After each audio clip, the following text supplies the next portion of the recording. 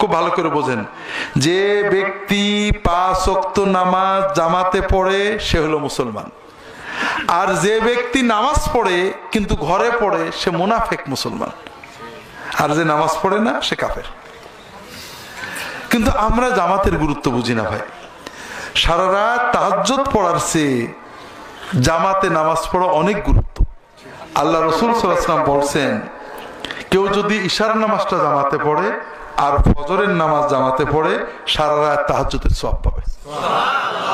কাজেই ভাইরা জামাতে নামাজ ছাড়বেন না।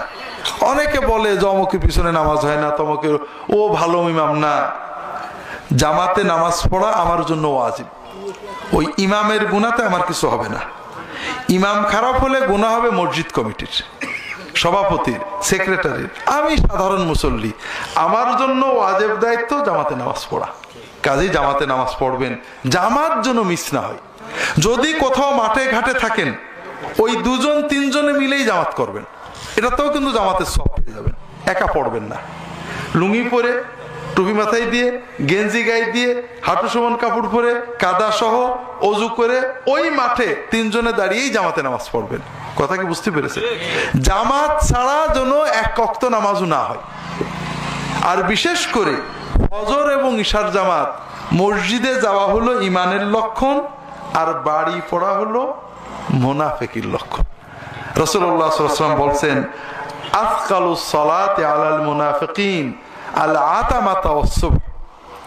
মুনাফিকদের জন্য সবচেয়ে কঠিন হলো ফজরের জামাতে আসা আর ইশার জামাতে আসা। যদি তারা বুঝতো যে মসজিদে গেলে 2টো হাড় পাওয়া যাবে, সিদ্ধ হাড়, যেমন আমাদের বাংলাদেশের পরিভাষায় জিলেপি পাওয়া যাবে, তাহলে ওরা মসজিদে আসতো। কিন্তু আল্লাহ যে এত সওয়াব দেবে এই চিন্তায় মসজিদে আসে না। কথা বোঝেননি? যদি ছেলে ফেলে শোনে জিলেপি আছে, ঠিকই মসজিদে যায়। কিন্তু আল্লাহ যে কত সওয়াব দেবে, কত খুশি হবে, কত বরকত দেবে, কত উন্নতি দেবে, এই চিন্তাটা মনে থাকে না। আর ইমানদারের চিন্তা থাকে আমার জিলাপির দরকার কি, আমার আল্লাহ খুশি হবে, আমার বরকত দেবে, দোয়া কবুল করবে, এই চিন্তা নিয়ে জামাতে নামাজে যেতে হয়। ঠিক না ভাই?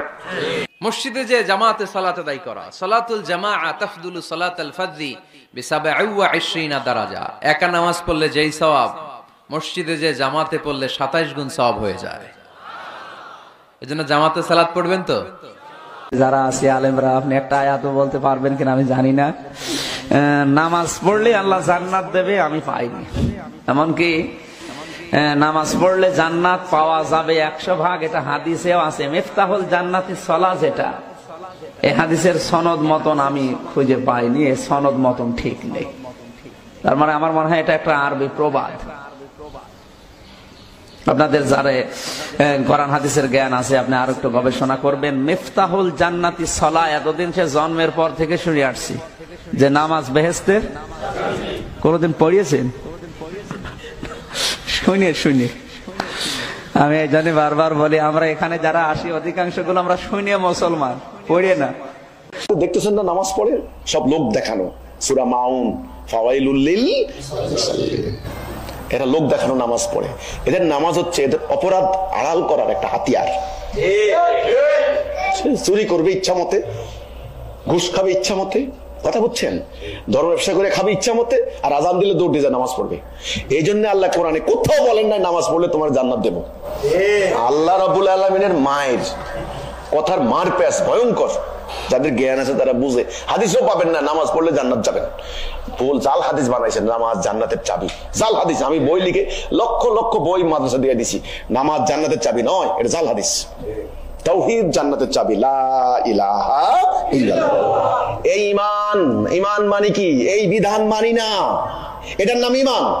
এই হুকুম মানি না, এটার নাম ঈমান।